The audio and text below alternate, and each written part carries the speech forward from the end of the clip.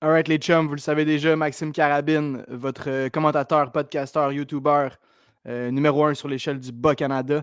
Aujourd'hui, petite vidéo éducative, voire instructive par rapport au monde du kickboxing amateur. Je vais vous parler de la WKFQ, la fédération qui sanctionne la majorité des événements de kickboxing ici dans la grande région montréalaise et un petit peu à l'extérieur aussi de Montréal.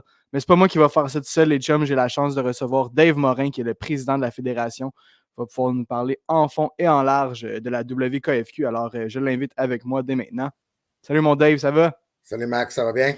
Top shape, merci beaucoup. Fait que c'est ça, aujourd'hui on est là les deux ensemble. Puis comme je le disais, petite vidéo instructive, éducative, qui s'adresse non seulement aux amateurs de kickboxing, mais également, j'imagine, aux écoles, puis à tes collègues de la WKFQ, aux coachs, aux athlètes, vraiment à tout le monde, là.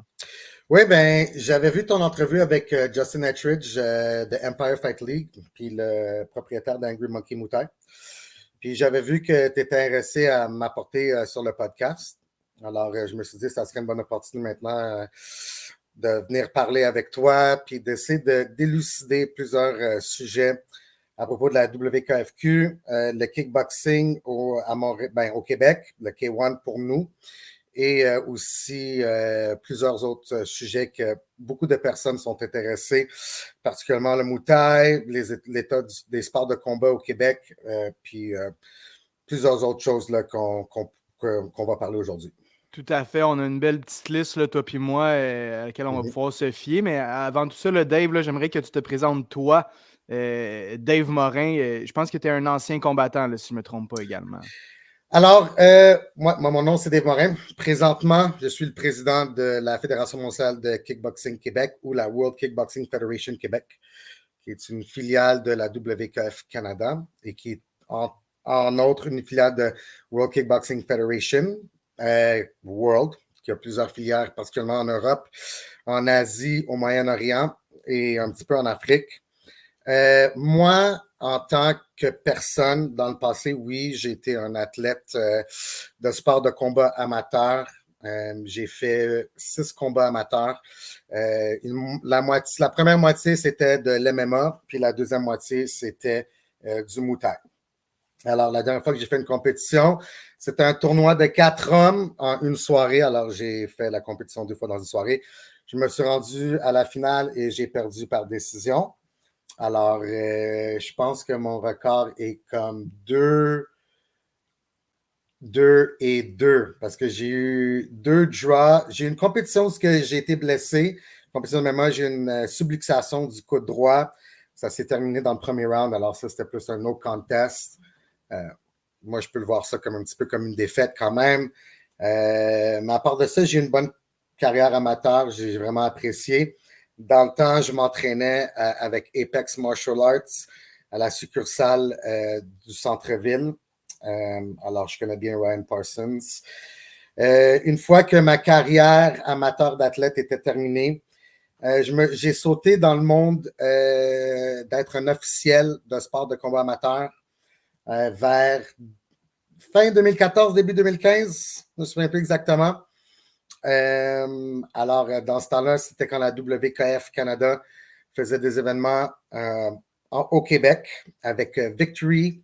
Alors, Victory faisait des événements de kickboxing, de Muay Thai et de MMA. Et c'est là que j'ai commencé ma carrière d'officiel.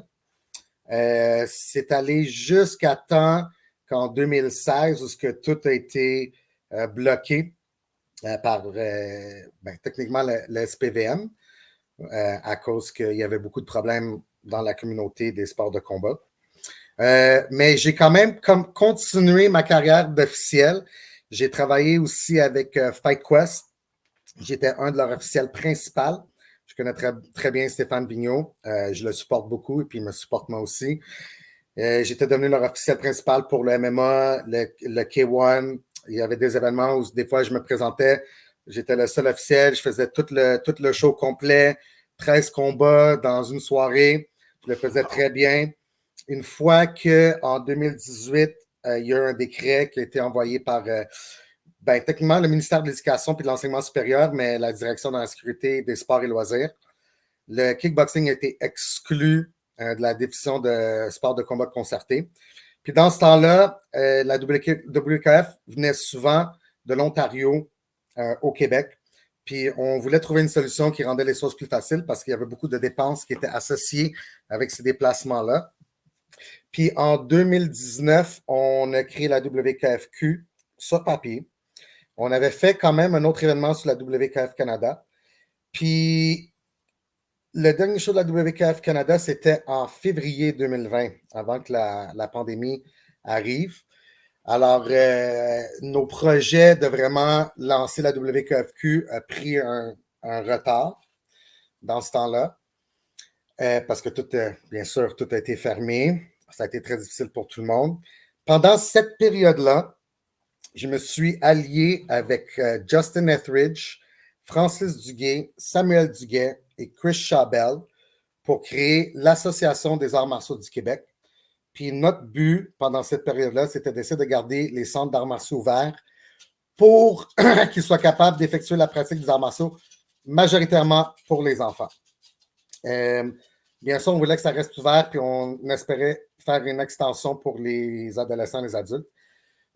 On avait créé un document qui avait été envoyé au gouvernement. Malheureusement, le gouvernement a été non réactif à ce document-là. On avait inclus beaucoup d'informations sur les effets bénéficiels des arts martiaux aux jeunes. On avait aussi incorporé des informations basées sur l'NSPQ pour montrer que les jeunes enfants étaient les moins affectés. On avait aussi établi des protocoles de sanitation pour s'assurer que tout soit bien fait. On est allé sur plusieurs chaînes de télévision comme City TV News, je crois Nouveau TV. On est allé sur TSN 690 en plus. Alors, on avait fait beaucoup de travail pour essayer de passer le message à travers les médias. Malheureusement, à la fin de la journée, c'est le gouvernement qui a eu le dernier mot. Et on dit non. Ça a été quand même une excellente expérience parce qu'on était capable de tisser beaucoup de liens avec la communauté de cette façon-là. Et alors, vers le début 2021, quand tout est réouvert, on a commencé à aller full blast avec la WKFQ. Puis juste pour retourner en arrière un petit peu, la fondation de la WKFQ au début, parce qu'il y a plusieurs personnes qui ne savent pas, puis Justin en avait parlé un petit peu, mais les 3 personnes qui ont établi la WKFQ initialement, c'était moi-même, Justin Etheridge et Jamie McGowan. Jamie, c'était une des premières personnes qui avait apporté la WKF Canada au Québec. C'était d'excellent travail qu'il avait fait avec ça.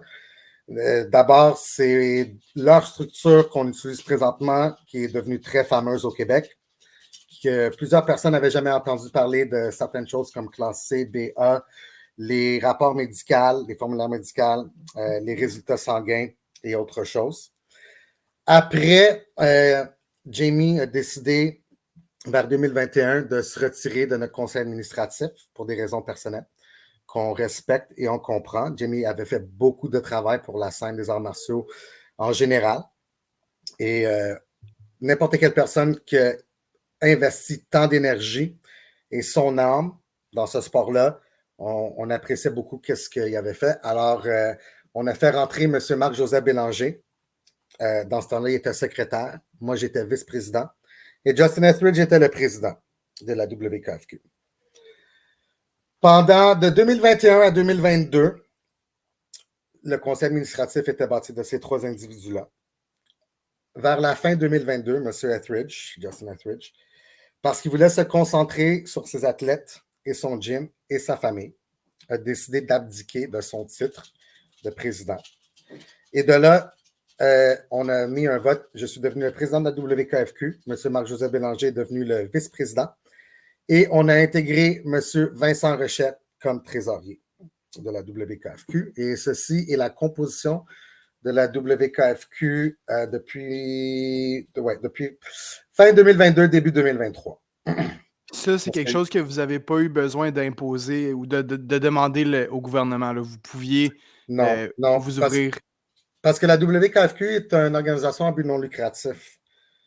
Comprends? Alors, tout ce qui se passe à l'intérieur de la structure d'administration de la WKFQ est fait à l'interne. Alors, ceci a été voté par les administrateurs.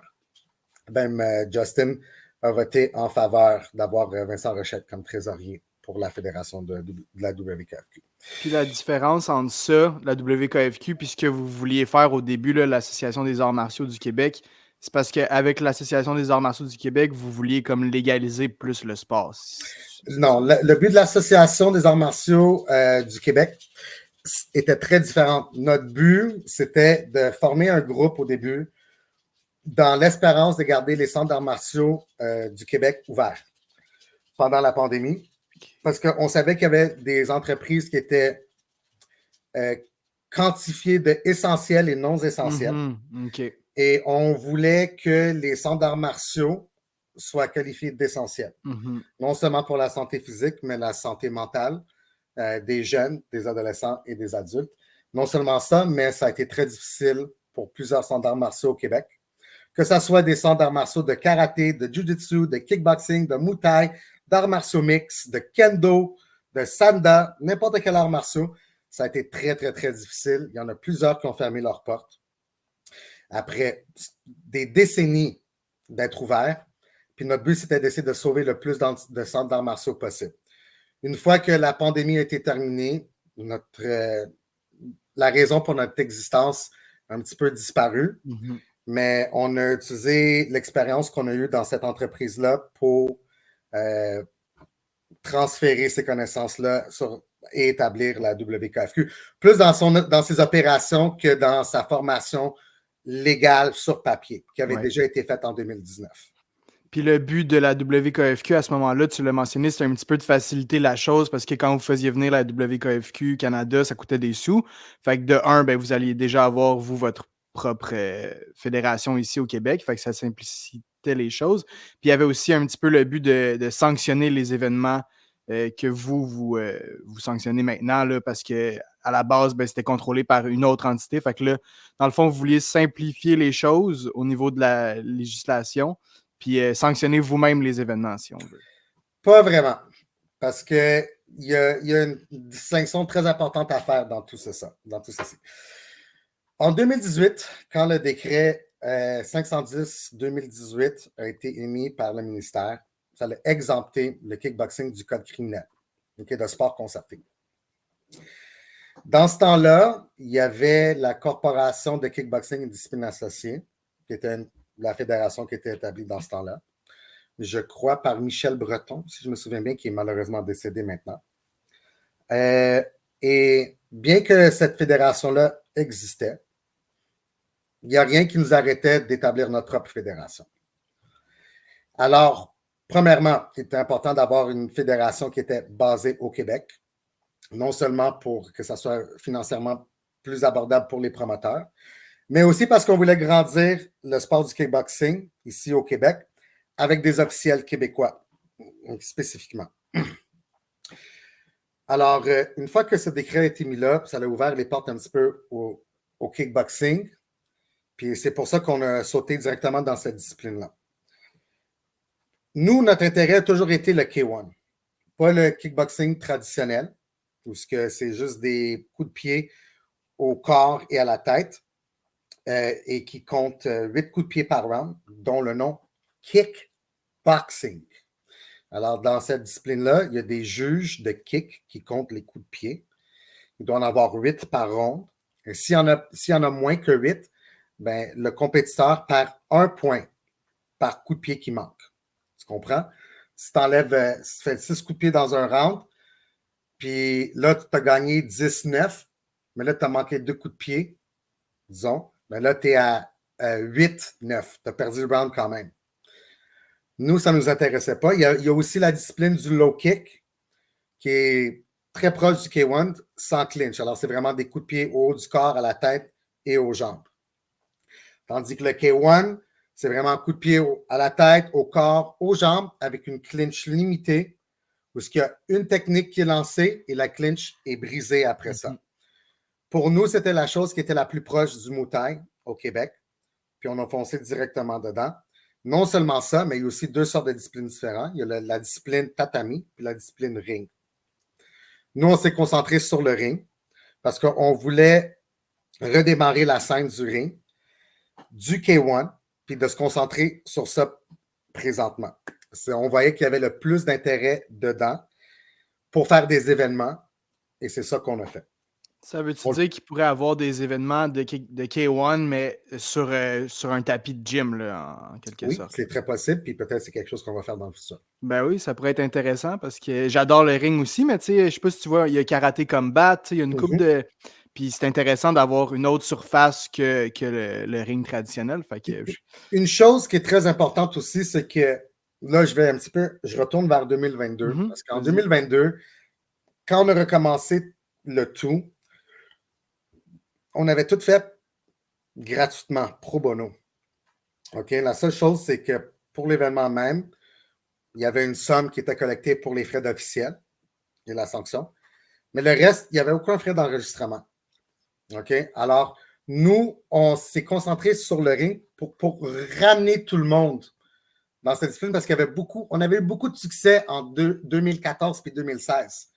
Vraiment, moi, j'appelle ça un petit peu l'âge d'or des sports de combat au Québec.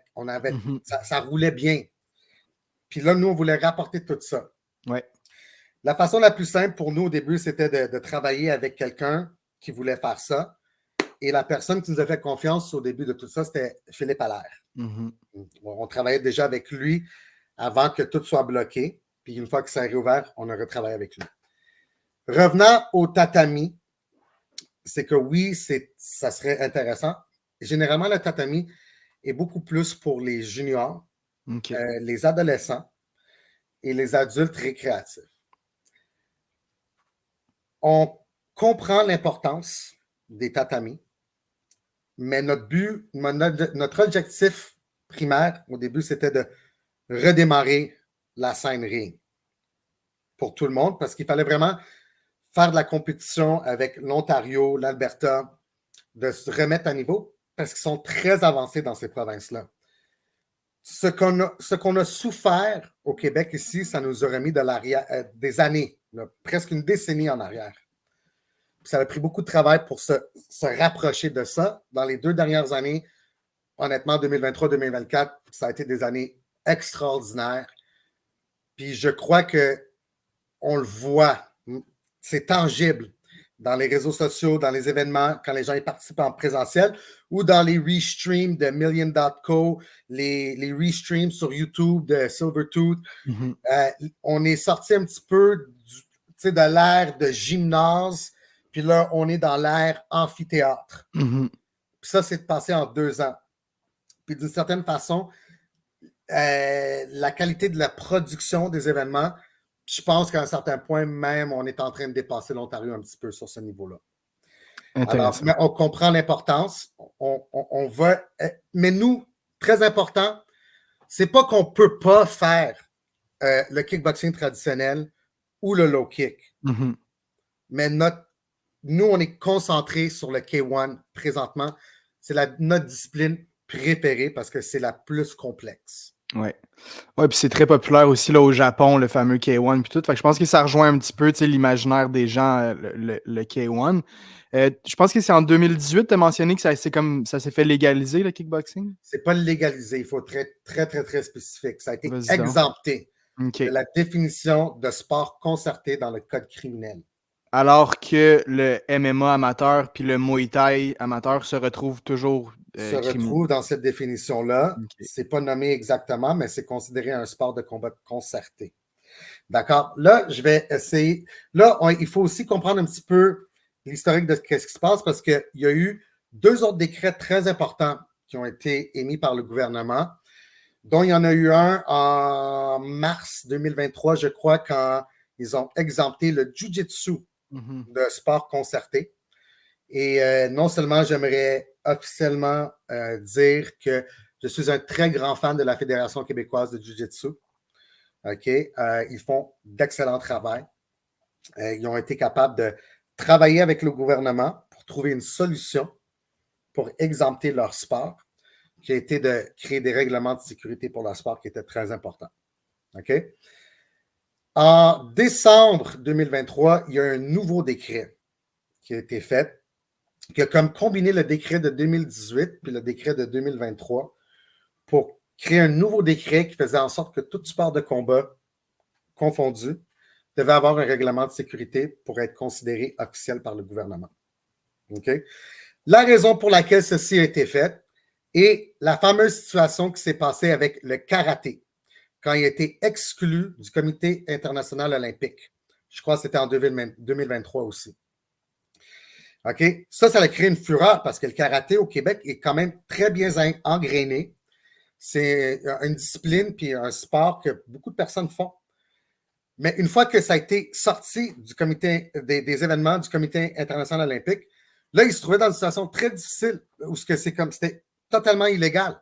Puis il a fallu qu'ils trouvent une solution à ça. Puis le gouvernement, ils ont sorti un décret qui ont exempté le karaté de la définition de sport de combat concerté.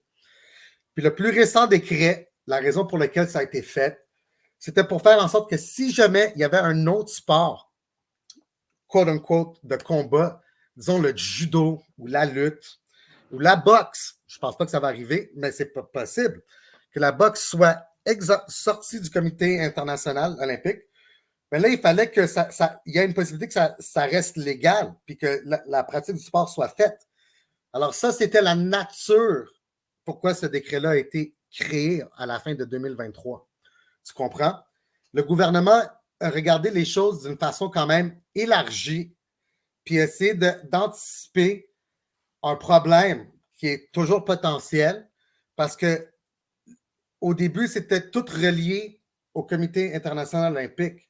Alors, aussi longtemps que tu étais sous ce parapluie-là, tu étais exempté. Mhm. Mais pour tous les autres sports, là, c'était illégal. Tu comprends? Puis le Muay Thai, puis le MMA est quand même pas encore accepté par le Comité international olympique. Même si en 2024, il y a eu des démonstrations de Muay Thai, il n'y a pas eu de compétition officielle. C'était un sport démonstratif. Peut-être qu'en 2028, les choses vont changer, on ne sait pas. Mais il faut quand même que le gouvernement essaie de prendre des mesures qui vont protéger les disciplines.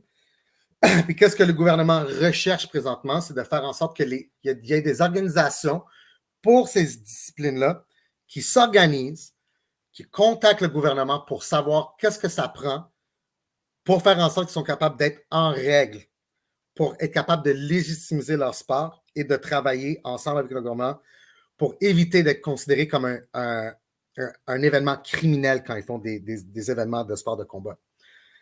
OK? Là, quand ça vient au Muay Thai puis aux arts martiaux mixtes, oui, ils sont encore inclus dans cette définition-là. Ils sont inclus parce qu'ils ne sont pas exemptés. Tu comprends la différence? Oui, 100%. OK. Ultimement, vous avez choisi le K1 parce que le kickboxing est devenu permis, entre guillemets, mais votre but, c'est de faire du Muay Thai, j'imagine. Alors, on était souvent en conversation avec la direction dans la sécurité des sports et loisirs. On a nos règlements pour le K1. Puis, on travaille pour avoir le Muay Thai au Québec. Même, là, ça ne veut rien dire, OK? Parce qu'il y a une chose qui est très importante que les gens doivent vraiment comprendre. C'est que rien ne sera légal, en guillemets, si ce n'est pas exempté du code criminel. Et pour que ceci soit le cas, il doit y avoir un décret qui est émis par le ministère de l'Éducation et de l'Enseignement supérieur, dont la direction dans la sécurité des sports et loisirs, pour exempter le Muay Thai ou les arts martiaux mixtes du code criminel, de sport de combat concerté. Nous, on a déjà soumis des règlements de sécurité pour le Muay Thai. Même si on a déjà fait ça, ça ne veut pas dire que c'est légal. C'est maintenant, on attend sur le gouvernement pour le faire. Mm-hmm. On est en contact avec eux autres. Puis, en faisant ceci, ça leur donne une possibilité d'étudier la discipline pour qu'ils soient capables de mieux comprendre ce qu'est le Muay Thai. Puis c'est un petit peu la même chose qui était fait avec le Jiu-Jitsu. Parce que les gens qui sont à l'intérieur de la direction dans la sécurité des sports et loisirs, OK, c'est pas des mauvaises personnes. Même, je vais te dire qu'ils ont été très réceptifs une fois qu'on les a approchés. Parce qu'eux autres, ils veulent trouver des solutions. Contrairement à la croyance populaire que le gouvernement il met des bâtons dans les roues, ce n'est pas le cas. Okay? C'est juste que le gouvernement veut que des gens s'organisent pour le faire, qu'il y ait une organisation crédible. Et en étudiant ceci, ça va leur donner une meilleure idée de savoir si ça vaut la peine ou non. Nous, on a déjà le bénéfice d'être une fédération qui est en opération depuis 3 ans maintenant. Puis on a beaucoup de succès. On est la plus active dans la province du Québec. On a plus que 70 clubs. Là, maintenant, je pense qu'on frôle le 14-15 événements. On a déjà surpassé l'année passée. Et il nous reste quelques événements à terminer l'année prochaine. Puis on a déjà un bon bilan de sécurité. Les gens, ils savent. Même des fois, les gens ils trouvent que les protocoles de sécurité de la fédération sont un petit peu difficiles. OK, pour eux autres. Les formulaires médicaux, les résultats sanguins, les enregistrements, les formulaires de pré-combat médical, post-combat médical. Mais c'est ça qu'on doit faire. Parce qu'on doit légitimiser le sport. Okay? Quelle que soit la discipline. Puis nous, notre but, vraiment, l'année prochaine, c'est de se concentrer aussi sur le Muay Thai. Puis on veut devenir la fédération 2 en 1, où ce qu'on va être capable de faire le K1 et le Muay Thai. Comme ça, il n'y aura pas 2 fédérations où ce que tu dois t'adhérer pour faire tes affaires.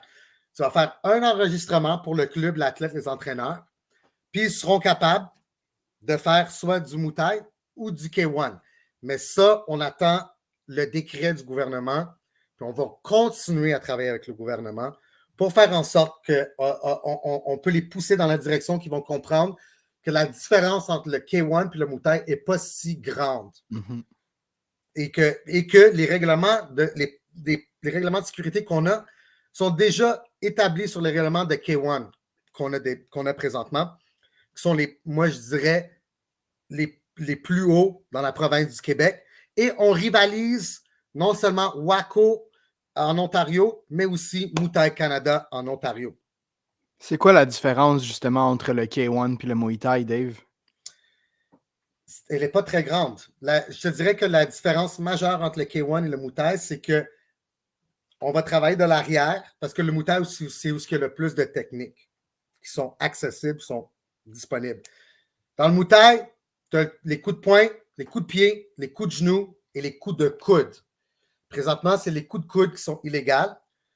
Et dans le Muay Thai, tu as aussi la clinch illimitée, en guillemets, dépendamment que s'il y a de l'action qui se passe. Alors, il y a la clinch illimitée où ils peuvent lancer un montant illimité de techniques. Tandis que dans le K1, il n'y a pas de coup de coude et la clinch est limitée à une attaque et on brise la clinch. OK? Et très important aussi, parce que là, on est en amateur. Puis je sais qu'il y a beaucoup de personnes qui veulent avoir des coups de genoux à la tête en amateur. Mais on doit comprendre qu'on passe un message au gouvernement qu'on mise sur la sécurité des athlètes. Et que les coups de genoux à la tête, ce n'est pas quelque chose qui va se passer d'un jour au lendemain.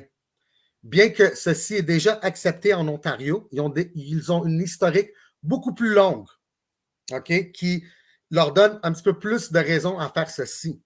Mais il faut quand même comprendre qu'on a des athlètes amateurs. Ils font ça pour l'amour du sport.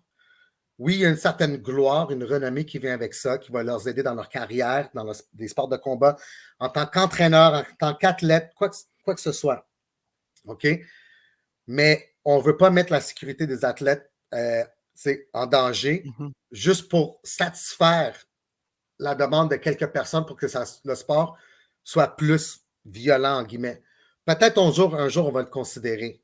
Mais pour l'instant, il faut juste être capable d'ouvrir le Muay Thai aux gens, puis on va y aller de façon incrémentale. Petit par petit, on va bâtir jusqu'à temps que peut-être on peut se rendre là. Ben, tu sais, il y a déjà la distinction entre les classes, là, puis on y viendra un petit peu pour la différence des classes. Mais tu sais, en classe C puis en classe B, tu as des protèges tibia puis des casques. Puis en classe A, ben, tu peux les enlever. Fait que j'imagine que vous pourriez réglementer les coups de genoux pour les classes A, mais pas nécessairement pour les B et les C aussi. Peut-être dans le futur, ça serait une possibilité, mais pour l'instant, ce n'est pas notre priorité.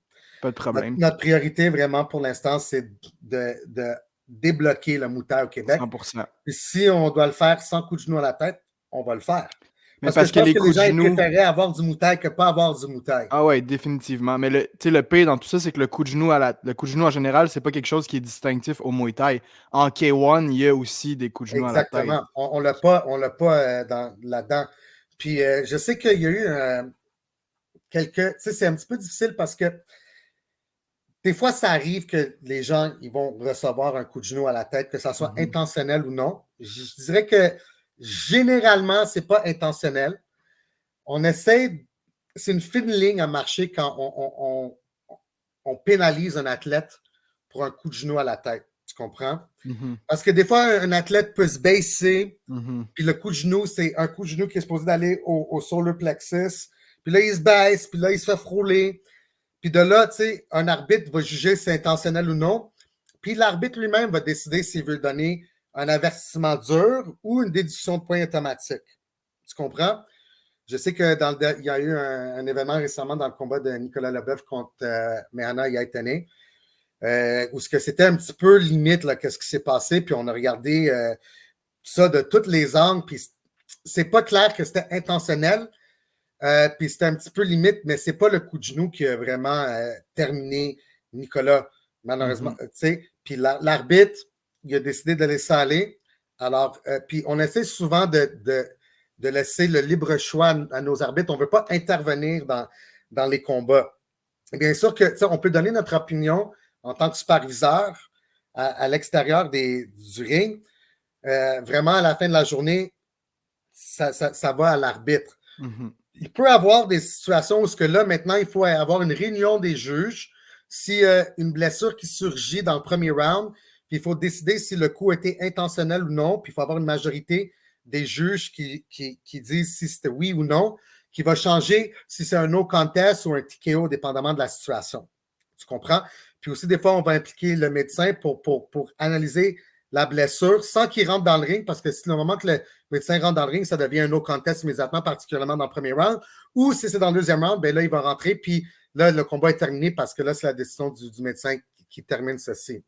Dans le cas de Nicolas, malheureusement, c'était que le médecin est intervenu parce que son nez a été brisé, puis c'était vraiment par le high kick à la fin du premier round qui a vraiment brisé le nez de Nicolas.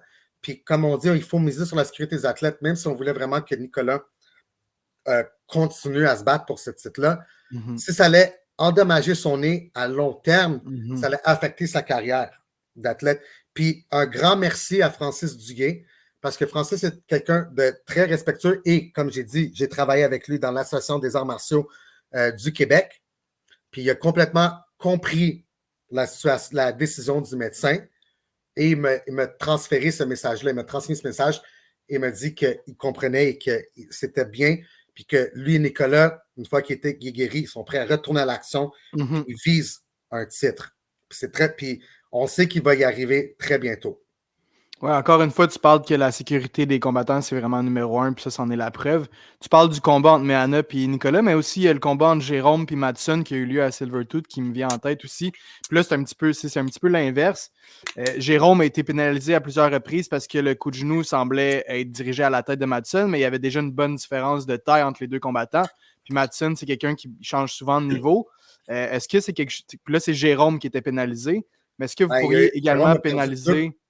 Jérôme a perdu 2 points dans ce match-là parce que c'était moi l'arbitre. Mais est-ce que tu aurais pu aussi, disons, puis dans un cas différent, ouais, mais t'aurais-tu pu pénaliser Matson, le combattant qui, lui, se baisse la tête à ce niveau-là, ou ça Non. va toujours être celui qui lance le coup Si de genou quelqu'un qui se est. baisse puis il mange un coup de pied à cause qu'il s'est trop baissé, c'est la faute de l'athlète. C'est ça. Mais est-ce Mais qu'il dans tu ce peux-tu combat-là, comme il enlever un point, genre, à dans ce Matson? combat-là, il y a eu 2 genoux élevés qui ont été lancés par Jérôme. Parce que Jérôme aime beaucoup lancer ses coups de genoux haut. La première fois, ça a frôlé le menton de Matson. J'ai donné un avertissement dur. La deuxième fois, ça s'est reproduit. Après un avertissement dur, il faut enlever un point automatiquement. OK? Moi, comme arbitre, je suis très sévère, particulièrement en classe A, parce que je m'attends du meilleur niveau des athlètes. Et j'aime beaucoup Jérôme. Je parle à Jérôme à chaque événement que je le vois. Je le supporte. Je lui dis à quel point j'aime son style, puis que je pense qu'il y a un potentiel très haut. OK? Puis Jérôme, il fait face à des adversaires très coriaces et très difficiles. Puis même Matson lui-même, dans le passé, il a perdu 2 fois à Omar, puis il n'a jamais abandonné. Puis je passe le même message à Jérôme aussi. Puis il le sait, puis il me dit qu'il est très, très motivé, puis j'aime entendre ces choses-là. Le deuxième point qui a été enlevé à Matson, puis dans cette soirée-là, c'était toi avec le commentateur, avec Conrad. Puis qu'est-ce qui est arrivé, c'est que Jérôme avait lancé un spinning back fist qui avait frappé Matson à l'arrière de la tête. Là, il y avait Conrad dans son commentaire qui avait dit, ben, regarde, là, tu as déjà enlevé un point, pourquoi enlever un deuxième point? Regarde, c'est une technique illégale de frapper en arrière de la tête. Il y avait déjà un point qui avait été lancé. Et qu'est-ce qui est arrivé, c'est que Matson avait lancé sa droite overhead et là Jérôme avait commencé sa technique qui a frappé la tête arrière de Matson, puis ça a vraiment un gros impact. On doit comprendre que quand on se fait frapper en arrière de la tête, ça peut être une blessure qui peut affecter un athlète pour le reste de sa vie. Puis on voit souvent des vidéos sur Facebook, Instagram, d'un boxeur qui s'était fait frapper en arrière de la tête, puis ça a changé sa vie pour toujours. Alors nous, on n'a pas de problème, particulièrement moi-même, d'enlever un point à quelqu'un qui se fait frapper en arrière de la tête. C'est très, très, très grave. Puis il faut vraiment envoyer un message que même quand vous lancez votre technique, qui est un spinning back fist, qui est seulement légal en classe A, il faut faire très attention que ça doit être très concentré. Toi-même, Maxime, tu as participé au règlement de la WKF pour les règles avant les combats. C'est quelque chose qu'on dit très souvent. Alors, puis c'est pas que c'était intentionnel par Jérôme qui voulait lui frapper en arrière de la tête, mais ça s'est abouti à cette situation-là, malheureusement. Et nous, on a fait notre travail pour enlever le point. Puis c'était quand même un combat très, très, très serré. Puis ça ne veut pas dire qu'un jour, Matson et Jérôme ne vont pas se re-rencontrer dans le ring pour, tu sais, on a vu Matson Omar 3 fois, puis la 3e fois, moi, dans mes yeux, c'était le combat de l'année. C'est un magnifique combat, effectivement. Pour revenir brièvement à la distinction Muay Thai K1, je pense qu'il y a les sweeps aussi, là, les projections au sol. Exactement. Que tu as le droit en Muay Thai, mais pas nécessairement en K1. Il n'y a pas de balayage en K1, puis il y a du balayage en Muay Thai, oui. Puis ça, c'est intéressant, la mention là, que tu dis là, que c'est dangereux, les coups à la tête puis tout, parce qu'on n'en a pas nécessairement conscience parce que, justement, les événements sont sanctionnés, puis je touche du bois, je croise les doigts, la majorité du temps, tout se passe très bien. Mais toi, là, en tant qu'humain, puis même en tant que président de la WKFQ, est-ce que tu as peur un peu qu'un jour, il arrive quelque chose? Parce que des sports de combat, c'est vraiment très dangereux. Fait que quand tu vois, disons, un KO, on n'en voit pas souvent dans les événements de kickboxing amateur, mais je me souviens en avoir déjà vu. Là. Tristan Gagné, il avait knocké un gars à Silvertooth là, à un moment donné. C'était un gars de Victory, si je me souviens bien. Est-ce que c'est quelque chose que... Ben, il y a eu... peut-être, mais il me semble qu'il y a Silvertooth aussi, mais bref, quand tu vois un KO, puis as-tu conscience de ça que, oui, on a du plaisir, puis c'est sanctionné, puis c'est... Mais il y a un aspect vraiment dangereux là, dans ce sport-là. À chaque événement, Max. À chaque événement, c'est quelque chose qui est largement sur ma tête. Et des fois, les gens vont peut-être nous critiquer un petit peu pour intervenir un petit peu rapidement, des fois. Mais ce qui est très important, c'est que les athlètes doivent retourner à leur vie normale après. Puis laisser quelqu'un se faire donner une commotion cérébrale pour rien, ça ne sert à rien. L'athlète, là, il va quand même gagner par TKO. Il va avoir sa victoire. Mais je n'ai pas besoin d'avoir un athlète se faire démolir, perdre conscience, avoir des convulsions sur le canevas pour rien, là. OK? Puis c'est une chose que je pense que c'est une vieille mentalité dans les sports de combat au Québec, qu'on veut voir des gens juste se faire battre. Tu connais, il y a une description qui est donnée à plusieurs fans qui sont des « just bleed fans ». OK? Il faut changer cette mentalité-là. Parce que si nous, on veut devenir légitime dans les yeux du gouvernement, il faut montrer qu'on est là pour la sécurité des athlètes. On se comprend que c'est des sports de combat et on ne peut pas arrêter un KO froid qui va arriver. Ça arrive de temps en temps. Même moi, dans le passé, quand j'étais un arbitre pour le MMA, j'étais dans le milieu du combat puis j'ai vu des gens se faire assommer raide. J'ai sauté le plus rapidement possible pour arrêter quoi que ce soit. Ça va arriver. Mais notre but, c'est de limiter qu'un athlète se fasse endommager pour aucune raison. Mhm. OK? Puis souvent, excuse-moi, souvent j'ai des conversations avec les médecins qui font partie des événements parce que j'aime beaucoup recevoir leur feedback. Et eux autres, ils aiment beaucoup la méthodologie qu'on utilise pour garder les athlètes en sécurité. Ils comprennent que c'est dangereux. Et souvent, entre les rounds, on va parler avec les médecins pour voir qu'est-ce qui se passe, c'est quoi leur opinion. Parce que nous, notre but après le combat, là, quand ils remplissent la feuille post-combat, c'est qu'il n'y a pas de commotion cérébrale. Oui, il s'est fait mal, le combat est arrêté, mais il est correct. Puis que ça soit une fracture au poignet, une coupure à l'œil, je sais pas, une fracture de la côte ou de l'avant-bras ou du pied, OK, particulièrement classe A parce que là, il n'y a pas de protection. Mhm. Puis on essaie vraiment de préparer les gars pour le professionnel ou s'ils s'en vont en Ontario, parce que Muay Thai Canada en Ontario puis Waco en Ontario, là, ces gars-là, ils ont beaucoup d'expérience en classe A. Puis si nos gars, ils ne sont pas prêts, quand ils vont aller quelque part d'autre, ils vont se faire démolir. C'est très important maintenant qu'on commence à bâtir ces athlètes de certaines façons-là. Mais oui, même avec les paramètres qui sont établis, on va toujours miser sur leur sécurité.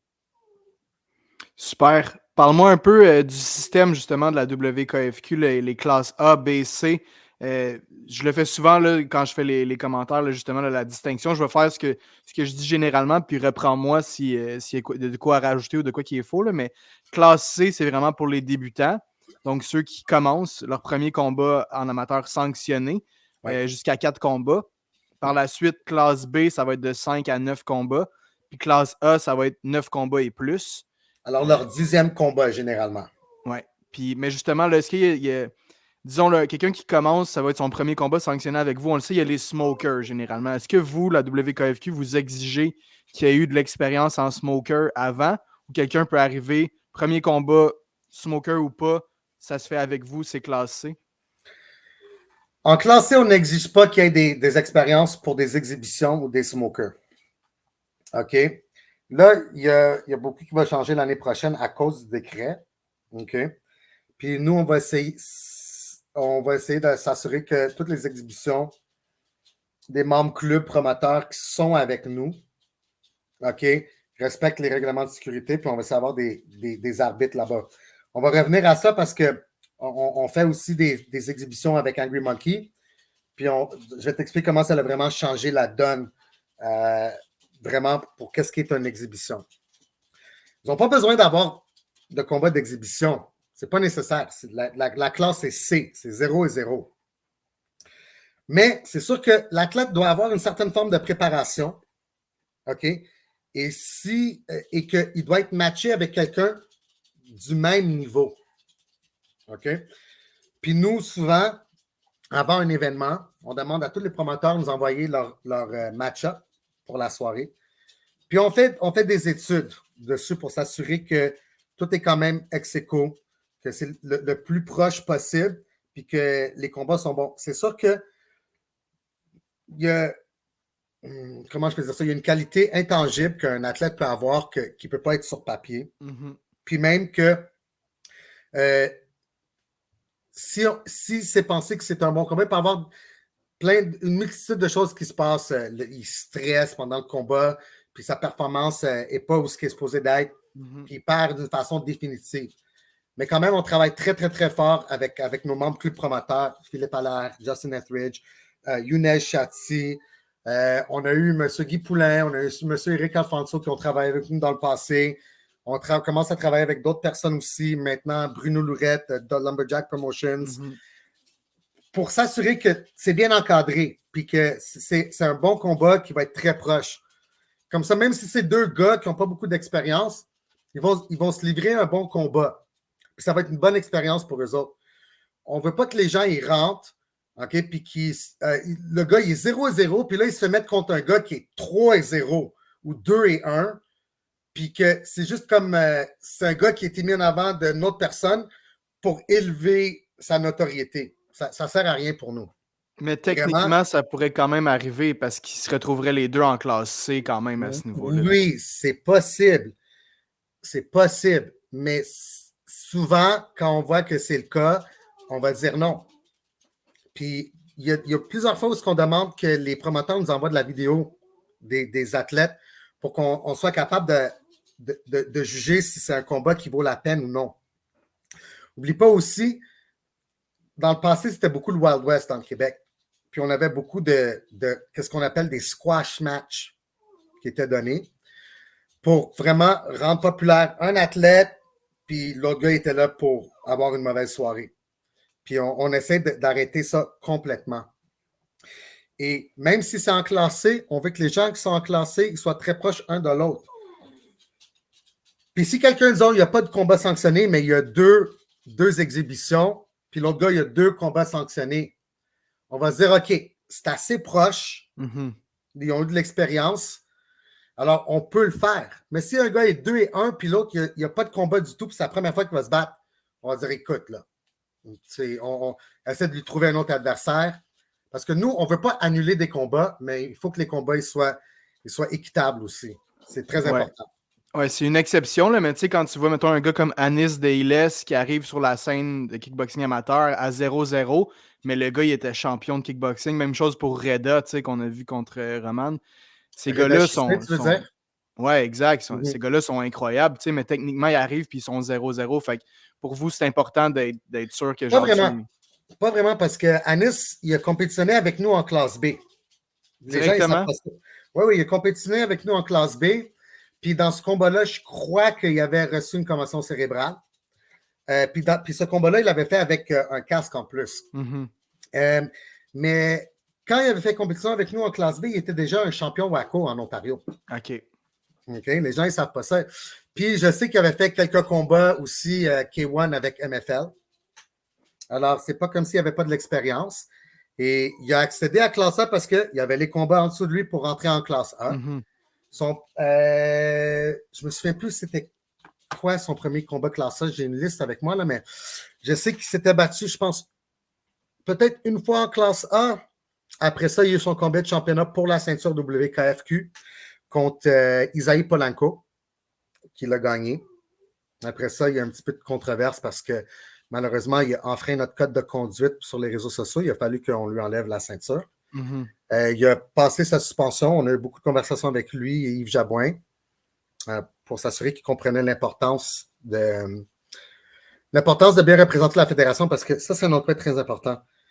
Les gens ont beaucoup de misère de faire la distinction entre l'amateur et le professionnel. Puis il faut se souvenir qu'en amateur, si on va être pris sérieusement en amateur par le gouvernement ou quoi que ce soit, il faut que nos athlètes se conduisent d'une façon propre, d'une façon éthique. Puis quand là, on voit des affaires sur les réseaux sociaux qui sont incorrectes, ça ne peut pas se passer parce qu'on a une image à propager du sport, du kickboxing, non en tant que fédération, mais en tant qu'athlète. Le message a bien passé, je pense, avec Anis. Il a passé sa suspension, puis il est revenu. Puis il était supposé se battre contre Rabichan pour la ceinture WKFQ une deuxième fois. Malheureusement, Rabichan a eu une blessure. Il s'est battu. Alors, ça a été enlevé, puis il s'est battu contre Charles Penwick pour la ceinture FTC à la place. Pas de problème. Puis après ça, on a eu Anis contre Neil Twissy pour la ceinture WKFQ. C'est peut-être là que tu vas me dire la distinction entre l'amateur et le pro aussi, mais on le sait que dans les sports de combat, c'est vraiment important de se bâtir une image puis de devenir populaire sur les réseaux sociaux. On le voit, là, Anis, justement, il fait très bien ça, puis tu vois qu'il est motivé puis il veut réussir à bâtir un fanbase derrière lui. Fait qu'est-ce que vous, en tant que fédération, vous considérez ça ou tu vas me dire que là, chez les amateurs, pas vraiment, puis c'est quelque chose qui appartient plus aux pros de mousser les combats puis de hyper les combats, si on veut? Il n'y a pas de problème en amateur d'essayer de se créer un persona ou un suivi sur les réseaux sociaux. Mais ça doit être fait d'une façon éthique et équitable. On a un code de conduite sur notre site web et quand les athlètes s'enregistrent, OK, il y a plusieurs paragraphes de texte qui sont dans le formulaire, OK, qui indiquent la façon dont ils doivent se conduire eux-mêmes. Tu comprends? Mhm. Et en faisant n'importe quel athlète, là je ne veux pas te concentrer sur Anis, OK? Mhm. Parce que j'aime beaucoup Anis en tant que personne. J'aime beaucoup Yves Jabouin, j'aime beaucoup Del. OK? Ils ont des excellents athlètes. OK? Daniel Turbide en est un autre. OK? Excuse-moi, Alexis Turbide. Daniel, c'est son père, pardon. Mhm. OK? Ils font du très beau travail sur la scène. OK? Mais là, je parle des athlètes en général. Mhm. Parce qu'on sait tous que le style Conor McGregor, il a vraiment été poussé, puis que quand il y a des face-offs ou les conférences de presse de la UFC, il y a du trash talk entre les gens, puis là, il dit c'est le trash talk qui apporte les gens. Mais si on regarde bien les choses, là, deux des plus grands athlètes des sports de combat, dont Georges Saint-Pierre et Saenchai, ils n'ont jamais utilisé ces techniques-là pour devenir des légendes. Ça veut dire que c'est très possible de se comporter d'une façon respectable, de croire en soi-même et de dire que je vais gagner mon combat, mais de le faire sans avoir à insulter les gens pré- et post-combat. Tu comprends ce que je veux dire? Pour empêcher. Il faut se donner une image. Parce que si les gens, là, particulièrement des spectateurs qui n'ont jamais visionné un sport, un événement de kickboxing, quoi que ce soit, puis là, ils sont là en présentiel, puis là, dans le ring, tu as des gens, puis là, il dit F this, F that, ta. Les gens, ils vont se dire. Puis là, des fois, il y a des enfants dans la foule. Puis là, les gens vont se dire ouais, ben, je ne sais pas si je vais rapporter mon fils parce que là, il y a un comportement qui n'est pas vraiment sain, puis je ne veux pas exposer mes enfants ou mes adolescents à ça. Puis il faut garder ça en tête pour les gens parce que là, vous représentez le sport de la victoire, du début à la fin et tout ce qui est entre ça, vous représentez le sport. S'il vous plaît, gardez ça en tête, que ce soit les entraîneurs, les clubs, les athlètes. Là. Puis nous aussi, comme fédération, on a du travail à faire. Puis on fait de notre mieux parce qu'il faut changer la mentalité qu'il y avait du passé pour aller dans le futur. 100%. Justement, là, en parlant encore une fois de la distinction amateur-pro, il y a des gars ici qui sont prêts à passer pro. Vous, en tant que fédération, vous avez, j'imagine, comme but, c'est que ceux qui veulent faire ça puissent le faire. Quand est-ce que les gars sont prêts, selon toi, ou les filles, à faire le saut chez les professionnels? Puis comment ils peuvent le faire? Parce que c'est illégal, le kickboxing professionnel, si je ne me trompe pas, au Québec. Il y a une situation très particulière au Québec que les gens doivent comprendre. L'amateur, puis ça, des organisations à but non lucratif comme la Fédération de kickboxing mondiale Québec. OK? Et le professionnel, qui est sous la régie des écoles des courses et des jeux du Québec. Mm-hmm. OK? C'est la régie qui contrôle le professionnel. Si tu vas sur le site web de la régie, ça dit qu'il y a 3 disciplines qui sont faites par la régie. La boxe, les arts martiaux mixtes et le kickboxing. Pour une raison ou une autre, le kickboxing n'est pas encore fait par la régie. Nous, on n'a pas de problème avec la régie. Même que, tu sais, dans le futur, si possible, c'est quelque chose qu'on aimerait, un sujet qu'on aimerait aborder dans le futur. Parce qu'on a besoin d'un chemin pour les athlètes de kickboxing pour aller professionnel. Bien sûr, parce que check des gars comme, justement, on va le renommer encore, là, mais tu sais, Anis qui décide d'aller faire du MMA parce qu'il n'y a pas vraiment de chemin pour faire du kickboxing. Madsen, Meana, tous ces gars-là de classe A là, sont excellents. Là. Moi, quand je regarde ces combats-là, je suis comme, mais ces gars-là devraient compétitionner en professionnel. Oui, je suis d'accord avec toi. Mais tout prend du temps, tu comprends? Puis souvent, les gens ils oublient qu'un organisme gouvernemental a ses propres difficultés. Puis, comme n'importe quelle entreprise, organisation, il va y avoir beaucoup de changements à l'interne. Puis, quand il y a un changement comme ça, il y a une forme de... il se recalibre pour essayer de donner, disons, le meilleur service possible. Je pense qu'on le voit un petit peu maintenant avec Samouraï, que le gouvernement, il prend ça un petit peu plus au sérieux, la régie prend ça un petit peu plus au sérieux. Il voit qu'il y a de l'intérêt, qu'il y a un suivi, que ça donne une plateforme aux athlètes, non seulement de faire compétition au Québec, puis de mettre en valeur les athlètes québécois, mais après ça, de leur donner aussi un tremplin pour aller à l'international, soit aux États-Unis ou en Europe, quoi que ce soit. Pour faire ça, pour quand même donner un nom aux athlètes québécois à l'autrui. Je pense que c'est une possibilité dans le futur pour le kickboxing. Et on espère pour le Muay Thai. Mais il faut être patient. Il faut être patient vraiment. Ce n'est pas des choses qui se font du jour au lendemain.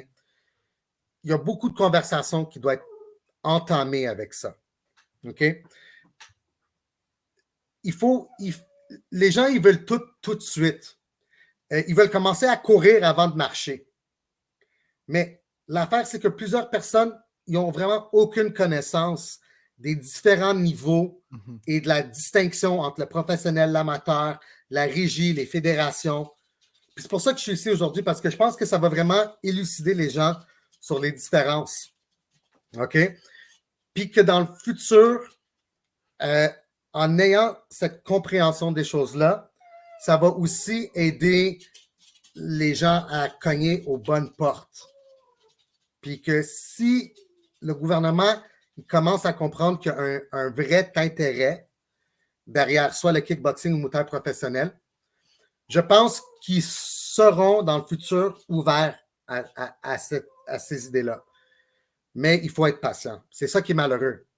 Ces temps-ci, là, en 2024, tout le monde était impatient. C'est go, go, go, go, go. Mais si tu n'as pas une bonne fondation, OK, tu vas bâtir une maison qui est bâtie, c'est une maison de cartes qui va se détruire comme ça. C'est pour ça que nous, on a pris notre temps avec la fédération. On va s'assurer qu'on avait des bonnes fondations avant d'entamer une étape à l'autre. Fait qu'avant d'avoir des shows de kickboxing pro, ben, il faut évidemment, la première étape, ce serait d'avoir du Muay Thai amateur, du moins, là, si on veut. Au moindre. Ouais. Et n'oublie pas, là, tu sais, en Ontario, quand tu vas avec Muay Thai Canada ou WACO, là, il y a une autre classe qui est supérieure à la classe A, ça s'appelle Open Class. Ça, c'est des gens avec 15 combats et plus, des fois 20 combats et plus. Puis les gens, ils continuent à se battre en amateur, puis ils le font. En Europe, il y a des gens qui ont 50 combats amateurs avant qu'ils s'en vont en pro. Mm-hmm. Parce que une fois là, que tu es en pro, c'est un niveau complètement différent. Là tu es complètement abandonné à ça. 24 heures sur 24, 7 jours sur 7, 365 sur 365. Puis on ne veut pas envoyer des athlètes en pro qui ne sont pas prêts pour le pro. Puis il faut les bâtir en pro. Puis je comprends que c'est difficile pour les gens de dire « Ah, mais là, tu sais, c'est classe A, ils se battent 3 fois 3 minutes, des combats de championnat, 5 fois 3 minutes, il n'y a pas de protection, c'est pro, mais ils ne sont pas payés. » Je comprends votre argument, mais votre argument est qu'ils vont juste être prêts pour ça une fois qu'ils se font payer. Ce n'est pas la vérité. Mm-hmm. S'ils n'ont pas eu d'expérience dans cette forme de sport-là, sans protection, avec des rounds allongés, ils ne vont jamais être prêts. Puis il faut les bâtir de cette façon-là.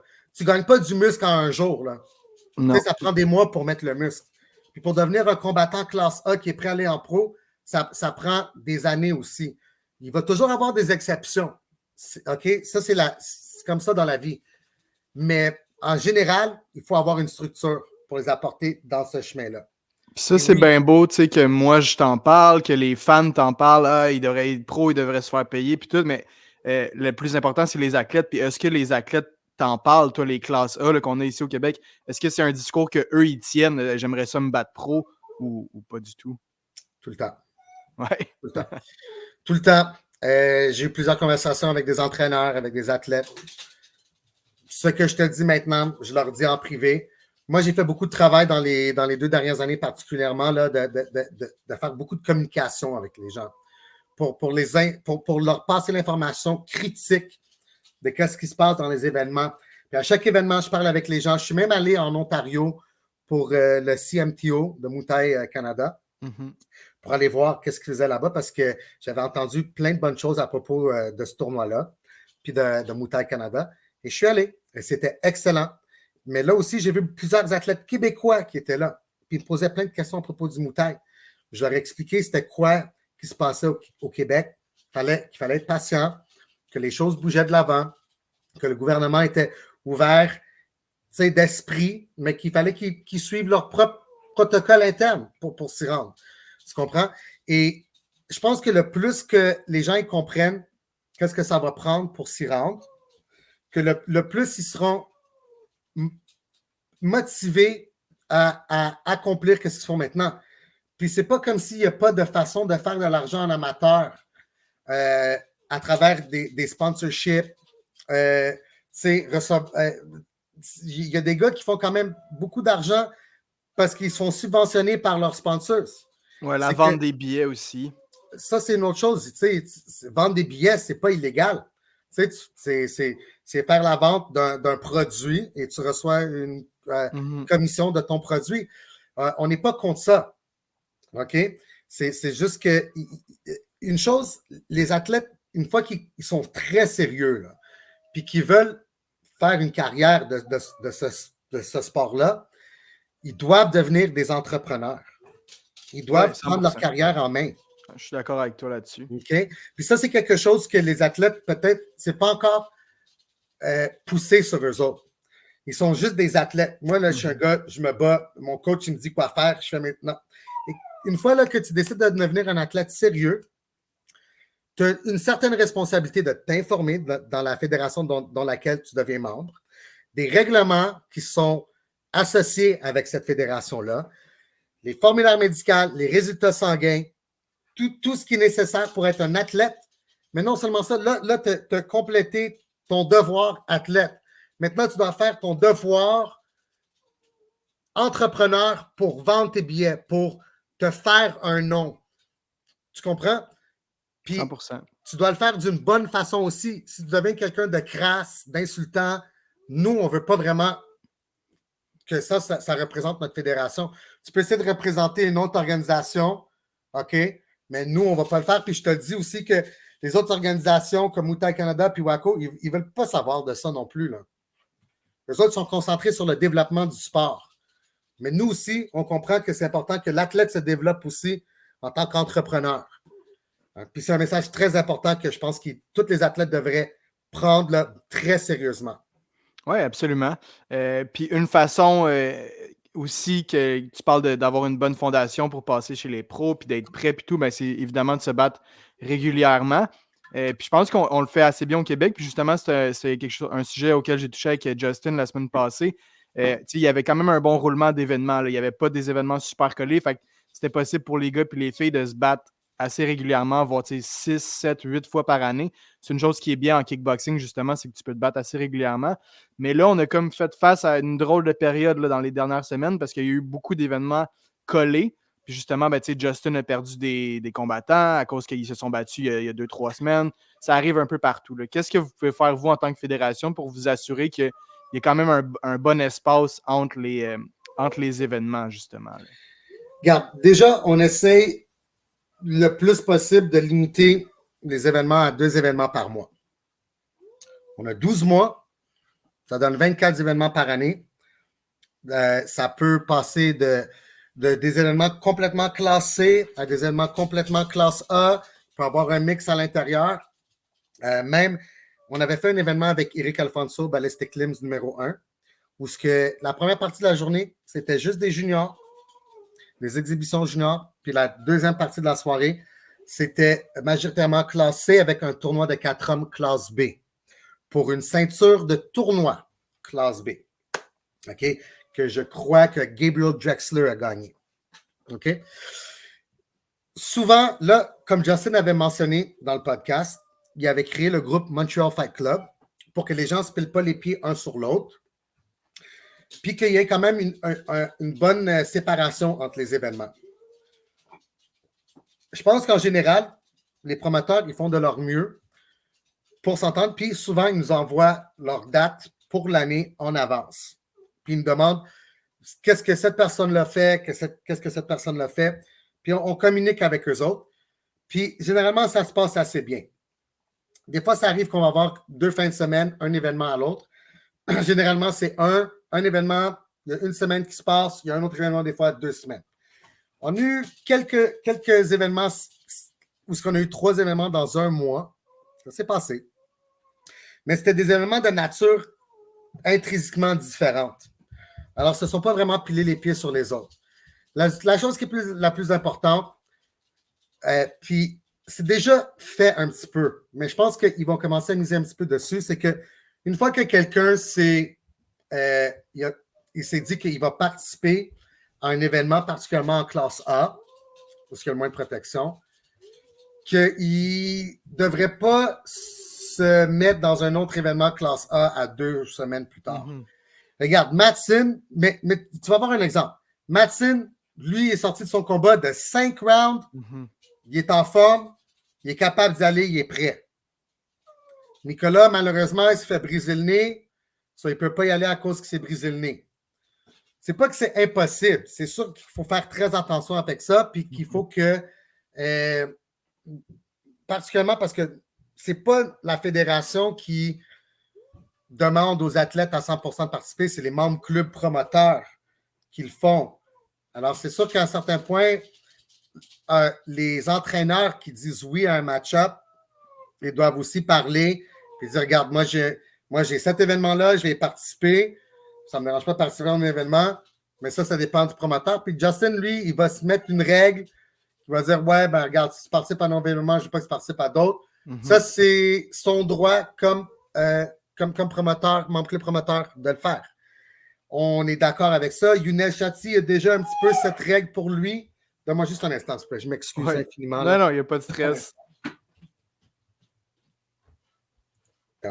Pardon. C'est ça. C'est ça. C'est important, je pense, d'avoir cette règle-là, mais elle est déjà un petit peu établie. Mais avec le temps, là, on commence à prendre beaucoup d'ampleur. Les choses avancent. Puis, il y a toujours on doit se recalibrer de la façon dont on fait les affaires. Puis, d'essayer de modifier pour avoir un meilleur rendement. Tout vient avec le temps. On peut tout raffiner avec le temps. Mm-hmm. Puis, j'ai confiance en tout le monde qui vont être capables de le faire. Justement, parle-moi des joueurs clés là, du circuit amateur puis de leur contribution. Les joueurs clés présentement, particulièrement à Montréal, c'est Philippe Allaire avec Silvertooth Promotions, Younes Chatti avec FTC et Justin Etheridge avec Empire Fight League. On a aussi fait du travail avec M. Guy Poulain à Sherbrooke pour Fight Night Champions. On a travaillé une fois avec Eric Alfonso pour Ballistic Limbs. Là, on va travailler avec Bruno Lurette le 9 novembre. On s'en va à Pointe-à-la-Croix, qui est ville frontière du Nouveau-Brunswick. Alors, on va essayer de s'établir là-bas avec lui pour créer un pont entre le Québec et l'Est du Canada. On espère, dans le futur, travailler avec M. Éric Daigneault pour ce qui devrait être appelé Crew Fighting Championships, avec Crew. Et aussi, une chose très importante, c'est les Rumble in the Verdungle exhibitions qu'on fait avec Justin Etheridge, qui est non seulement l'encadrement sécuritaire le plus élevé pour des exhibitions, mais qu'on utilise pour la formation de nos officiels. Alors, nous, on fait des formations en présentiel. La théorie, elle est donnée sur le champ, puis on a des exemples clairs et définitifs pour ces événements-là. Puis, je ne sais pas si tu connais bien, mais les événements Rumble de Verdungle, ces temps-ci, c'est minimum 20 combats par journée. Mm-hmm. On a même déjà fait 42 combats. Justin avait même déjà fait un événement de 2 jours. Mm-hmm. OK? Alors, nous, on utilise ça pour donner des formations que personne d'autre offre. Parce que souvent, les formations, c'est théorique. Tu vas t'asseoir, tu vas faire une journée, 2 journées. La première chose, tu vas apprendre des règles. Après, tu vas apprendre les responsabilités d'officiel, comment juger. Tu vas regarder des vidéos. Tandis que nous, on fait tout ça, puis tu es encadré par les officiels de la WKFQ qui vont t'apprendre sur le champ.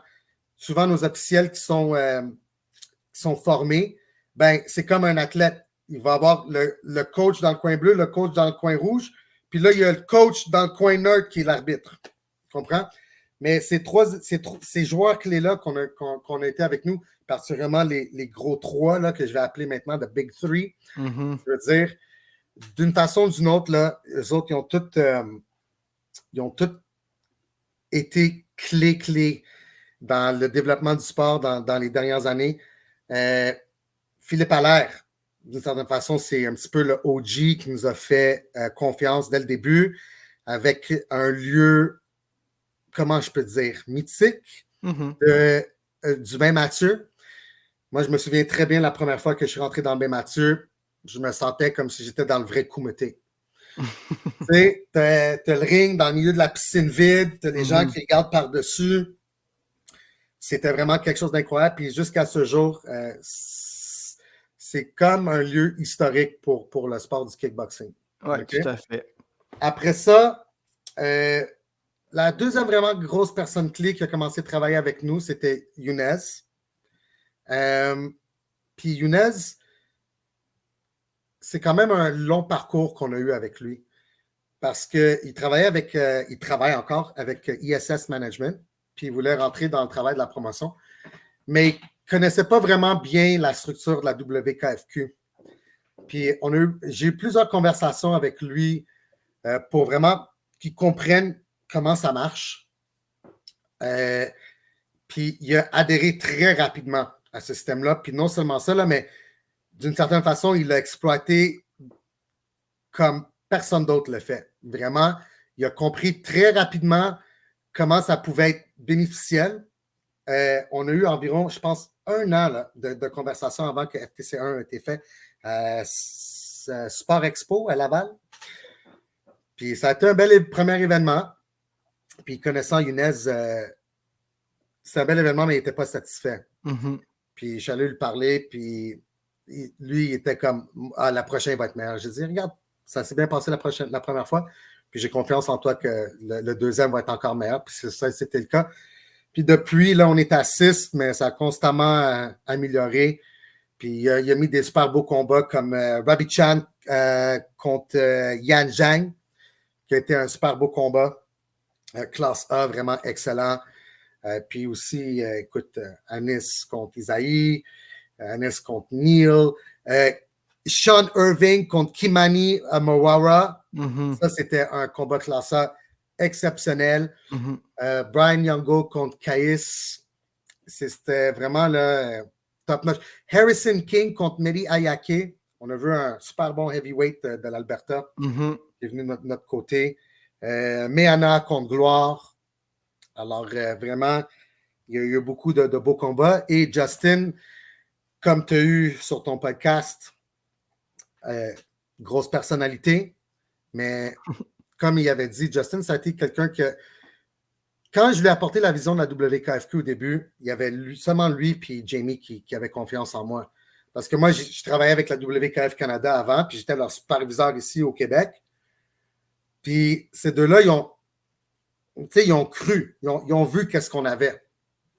Puis il a été là, puis il a supporté tout le long jusqu'à temps qu'il a abdiqué de ses responsabilités pour des bonnes raisons. Puis maintenant, une des grosses choses qu'il a fait, lui, c'était les Rumble in the Redongo. Vraiment, là. Il a donné l'opportunité à plein de personnes de commencer leur carrière à Rumble in the Redongo, comme Bachar, Fashan, je ne me souviens plus son nom, Nicolas Leboeuf, Rabi Chan, plein de gens que maintenant, ils sont dans les grosses ligues, si tu veux dire. Puis il a mis beaucoup d'efforts, puis il a décidé de travailler avec la WKF, de donner un bon encadrement sécuritaire, que les règles de la WKF seraient établies pour les exhibitions. Puis après ça, il a décidé de faire des événements pour lui-même. Puis il aime toujours faire tout ça big. Big. Alors, puis pour Empire Fight League, on est excité de voir qu'est-ce que ça va donner. Et ces trois-là, ils ont poussé vraiment le K1, particulièrement dans les 2 dernières années, là, à des niveaux qu'on n'a jamais vus ici au Québec avec leur collaboration avec la WKFQ. Absolument. En parlant de la WKFQ, Comment est-ce que toi, Dave, tu fais avec tes collègues pour aller recruter des nouveaux arbitres? Qu'est-ce que ça prend pour un nouvel arbitre pour arriver chez la WKFQ? Et qui sont ces arbitres qui travaillent avec toi à la Alors, WKFQ?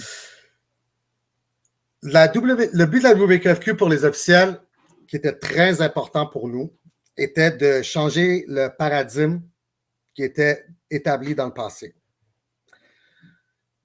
On sait que dans le passé, c'était peut-être plus un old boys club, comme on va dire. Et aussi, là, je vais te dire mon opinion un petit peu plus personnelle et moins la vision de la fédération, mais c'est un petit peu les deux. C'est qu'on trouve que dans le passé, qu'est-ce que ça prenait pour devenir un officiel? C'était un petit peu plus un money grab.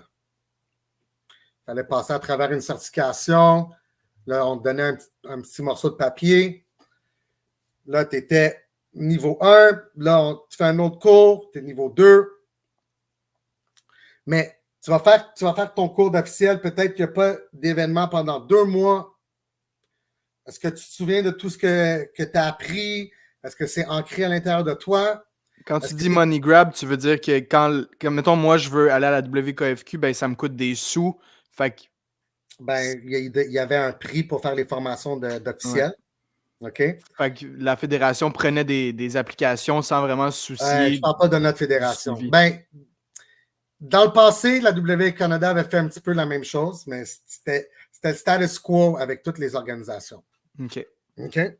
Donc, moi-même, dans le passé, j'avais payé 120 pour être officiel, pour prendre un cours d'officiel. OK? Et j'étais chanceux parce que j'ai été capable d'être présent à un événement immédiatement, mais ce n'est pas souvent le cas. OK? Et j'ai pas vraiment. Je me suis toujours dit qu'il y a peut-être une meilleure façon de faire les choses. Mais aussi que je ne voulais pas que ça soit juste les mêmes personnes qui sont toujours dans le ring, qui sont les juges. Tu vas toujours voir le même arbitre ou les mêmes personnes. C'est toujours mais qu'est-ce qui se passe? Alors, nous, on a adopté une philosophie complètement différente. On voulait révolutionner la façon que les choses sont.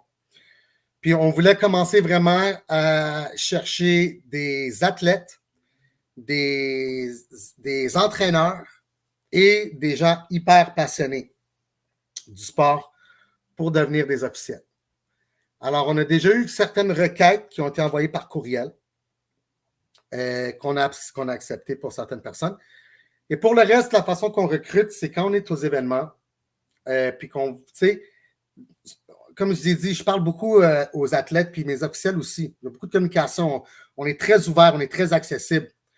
Puis il y a des gens qui parlent d'un intérêt, tu sais, qui sont intéressés de la façon que ça marche. Il y en a d'autres qu'on essaie de recruter parce qu'on pense que, tu sais, on veut montrer aux gens que la fédération, il y a des gens de la communauté qui font partie de la fédération. On ne veut pas exclure les gens. C'est sûr qu'il y a des limitations à combien de personnes on peut former en même temps si on veut donner des bonnes formations. Et qu'est-ce qui arrive après, c'est que, nous, une fois qu'il y a quelqu'un qui montre un vrai intérêt, puis qu'on voit qu'il est vraiment passionné, ils vont venir puis ils vont faire un ombrage avec nous. Ils vont venir voir comment ça marche en arrière. Parce que quelque chose que les gens ne connaissent pas vraiment, c'est qu'être un officiel d'une fédération, il y a beaucoup de travail administratif. Il y a beaucoup de personnes qui vont être la star, il va être l'arbitre dans le milieu du ring. Moi, je vais être arbitre. OK, mais on a besoin de juges, on a besoin de chronométreurs, on a besoin d'administrateurs pour les enregistrements, les peser, les pré-post-combat, de faire des suivis. Mais ça les gens, ils ne savent pas ça vraiment. Puis là, des fois, quand ça s'est présenté à certaines personnes, il y en a qui sont plus intéressés. Tandis qu'il y en a d'autres qui montrent un très grand intérêt. Puis ils sont même ça les intéresse plus que la partie in-ring qui est faite. Une fois que leur ombrage est fait, OK, là, on leur parle, on demande si ça leur intéresse ou non. Puis aussi, des fois, on va les faire pratiquer être juge. Puis si on voit que ça ne concorde pas bien, on va leur demander de revenir. Si ça concorde bien, on va leur demander. Mais comme j'ai dit, on a plusieurs officiels qui sont des athlètes et des entraîneurs qui font partie de la fédération, qui ont beaucoup d'expérience. Tu comprends? Alors, une fois ça que c'est fait, là, avant que n'importe qui saute dans le milieu du ring comme arbitre, il faut qu'ils participent à un événement Rumble in the Verdungle, où ils vont se faire former comme arbitre dans le milieu du ring. Puis il n'y a aucune place qui est mieux pour se faire former comme arbitre qu'un Rumble in the Verdungle. L'affaire, c'est qu'il y en a environ 2 à 3 par année. Ça veut dire que nos formations arbitres sont limitées à 2-3 fois par année. Puis qui est bien correct. Puis on fait de notre mieux parce qu'ils sont encadrés par nos arbitres d'expérience comme moi-même, comme Marc-José Bélanger, comme Chris Chabel. OK? Comme ça, eux autres sont bien formés. Puis là, maintenant, regarde, on a des gens comme Lionel Pasqualini de Combat Sport Rive-Nord. On a Emilian Agiu, qui était un arbitre professionnel en Europe, qui est avec nous. On a Suzanne Prémont, qui est la famous ring girl, athlète et officielle. OK, cette fille-là a fait tout. Elle a même été très, très, très cruciale à l'écriture des règlements de sécurité de la WKFQ. Alors, c'est une femme extraordinaire. On a aussi, de temps en temps, on a Jamie McGowan qui vient nous aider. On a aussi, croyez-le ou non, on a Mehana, on a Matson qui ont participé avec nous. On a Peter Chase de TriStar Rive-Nord. On a Shaq Wilson de Triton Muay. On a quelques passionnés du sport comme Steven Patterson qui est avec nous. C'est vraiment là, on a une grosse équipe. On a Ellie Goldberg qui fait du travail avec Fight Quest aussi. Il a été un officiel avec nous depuis très longtemps. Alors, on a Sean Saint-Louis. On a vraiment une grosse équipe. Greg Bellan, Morgan Marie Pouliot, Raphaël Michaud. Je dois quand même dire que Apex, c'est un des clubs qui a montré le plus grand intérêt à impliquer leurs athlètes pour devenir officiels. Puis aussi, il faut faire attention parce qu'on ne peut pas avoir trop d'officiels d'un club pendant un événement parce que quand il y a des conflits d'intérêts, il faut sortir les officiels des combats, même que ça soit complètement pour qu'il n'y ait pas de conflit d'intérêt pour ces combats-là. Et des fois, les gens ils vont dire, oui, mais vous avez des athlètes actifs qui font partie de votre fédération, tout ça. Je dis, oui, mais les autres organisations ils font la même chose en Ontario. C'est pas différent. Puis si les gens ils pensent qu'on est favorable aux athlètes parce qu'ils font partie de la fédération, c'est pas la vérité parce qu'on a jugé contre Matson 2 fois dans le passé. Ça a été très dur pour lui. Mais on est très, très, très, très équitable sur ces choses-là. Tu comprends? Et nous, on est très focus d'avoir aucun billet. Qu'est-ce que c'est, puis qu'est-ce que ça prend pour toi, puis pour la fédération, être un bon arbitre dans le ring? Pour être un bon arbitre dans le ring, premièrement, il faut être incroyablement attentif. OK? Il faut se concentrer sur le combat à 100%. Il faut oublier la foule. Il faut oublier les entraîneurs. Il faut être un mur de fer à tous les commentaires qui viennent de ta façon. OK? Pour rendre un jugement décisif quand tu prends une décision. Il ne faut pas avoir peur, OK, de se faire critiquer. Parce que, crois-le ou non, nos officiels, souvent, ils se font critiquer. Des fois, je vais te dire, pour bonnes raisons, et des fois pour des très mauvaises raisons. Et souvent, dans le chat des live streams de YouTube, on voit plusieurs insultes qui sont envoyées vers nos officiels. C'est des humains comme n'importe qui d'autre, puis ils font ça pas pour être reconnus, là. Ils le font parce qu'il y a plusieurs personnes qui ne veulent pas être arbitres parce qu'ils savent à quel point ils vont recevoir des commentaires négatifs qui vont être envoyés dans leur direction. Ça prend quelqu'un de très émotionnellement fort pour être capable de subir ces choses-là. Oui. Okay? Ça prend un bon shield. Oh oui, big time. Puis il faut avoir une grande passion, puis il ne faut pas avoir peur de prendre des décisions qui ne vont pas être populaires. Parce que tu ne veux pas. Si tu es un arbitre là, puis tu dis, oh, je ne veux pas faire mal à quelqu'un, éphémère à les émotions parce que je leur enlever un point. Oui, mais regarde, cette décision-là, là, ça va affecter la sécurité d'une autre personne. Puis quand il y a un point qui est enlevé à quelqu'un, parce que pour bonne raison, la personne, elle se remet en place. Puis préférablement, on ne voudrait pas avoir à faire ça. Mais c'est le rôle d'un arbitre 100%. de prendre ces décisions-là. Puis ça prend quand même une grande compréhension des règles de la WKFQ. Souvent, les gens, ils veulent transposer les règles de One, les règles de Glory, les règles de la UFC, les règles de Deep. Tu sais, sur nous. Nous, on a nos règles. Les règles sont sur le site web. Ça, c'est nos règles. On vous dit les règles dans les rendez-vous de règlement. OK? Alors, il faut comprendre que arrêtez d'essayer d'apporter ce que vous pensez qui est correct dans d'autres organisations, puis que ça s'applique à nous. Nous, on a nos règles. Puis, une chose, c'est que les règles sont très, très, très basées sur la WKF World qui est en Europe. Puis, eux autres, des fois aussi, ils ont des règlements un petit peu plus sévères que nous.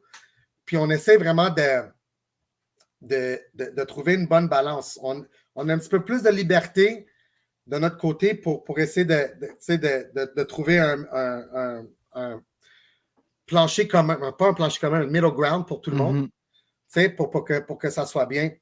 Alors, puis souvent, j'entends les commentateurs dire des choses sans vraiment savoir. Je vais quand même donner un remerciement parce que toi, au moins, tu t'es présenté au règlement pour apprendre. Puis toi, tu es un des plus grands commentateurs qui essaie d'éduquer les spectateurs à propos du système de la WKFQ. Mais il y en a d'autres personnes qui ne l'ont pas fait.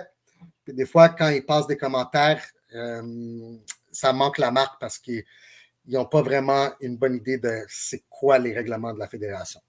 Justement, comment est-ce que vous les jugez, les combats? Qu'est-ce qui fait qu'un combattant va gagner son combat? Est-ce que c'est parce qu'il a fait plus de... Comment tu ranks ça? Est-ce que c'est la pression, aller de l'avant? Est-ce que c'est les coups de poing qui marquent plus de points que les coups de pied? Comment est-ce que vous jugez ça, un combat à la WKFQ? Ben, c'est une combinaison de certaines choses, OK? Tu as les points, tu as le pouvoir, tu as les contre-attaques, tu as la défensive, tu as les coups propres, tu as les esquives, les contre-attaques, puis l'agression. OK? Puis souvent, ça va être une combinaison de ces facteurs-là qui vont faire en sorte que un juge va donner le round à quelqu'un ou non. Cette année, on a eu beaucoup de combats extrêmement sérieux où les rounds pouvaient aller d'un côté à l'autre, puis souvent, je l'ai entendu avec les commentateurs. Il y a beaucoup de personnes qui diraient « Oh, j'aurais pas aimé être un juge ». Puis une autre chose aussi, c'est que il y a des gens, là, ils disent que moi, je pourrais juger ça facilement, pas de problème. Une fois là, qu'on les met dans le siège, puis que là, on dit « Regarde, tu vas juger », puis ton jugement, là, ça va avoir une répercussion sur cette personne-là. Soudainement, c'est plus la même chose. Là, ils disent « Ah, c'est pas aussi facile que je pensais. » OK? T'sais, ils comptent les attaques, puis n'oublie pas, c'est sur le site web. OK? Puis certains coups donnent plus de points.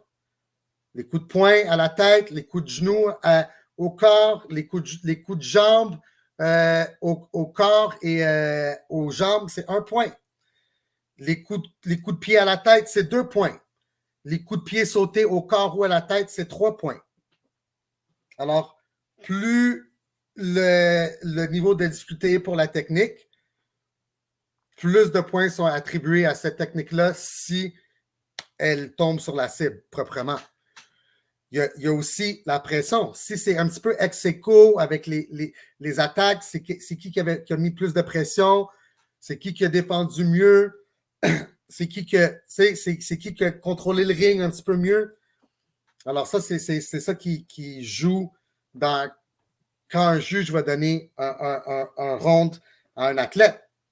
Puis je pourrais te le dire aussi que tu pourrais mettre 3 entraîneurs de gym réputés ensemble qui se disent « Moi, je serais capable de scorer ça, pas de problème. » Puis ils vont le faire. Mais à la fin, quand les 3 jugements sont donnés, les 3, ils vont voir ça d'une façon complètement différente. Ah, ça, c'est certain. Tu as des gyms qui sont plus, justement, peut-être traditionnels Muay Thai qui vont donner plus de points au coup de pied et à la technique. Tu as des gyms plus de boxe qui, eux, c'est vraiment la boxe plus qui vont juger. Fait que c'est vraiment subjectif, là, disons, juger des combats. On essaie d'avoir une structure objective avec, puis on compte les points. Nos juges, ils ont des clickers pour compter les points. Ça, c'est un outil.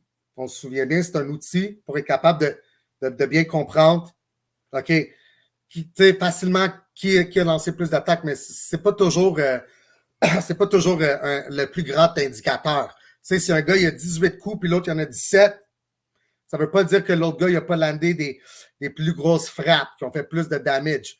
Puis des fois, tu vas le voir sur la jambe de quelqu'un. Il y a des marques sur sa jambe ou son visage. Il y a plus de, ça se voit qu'il a tombé un petit peu plus fort sur ça.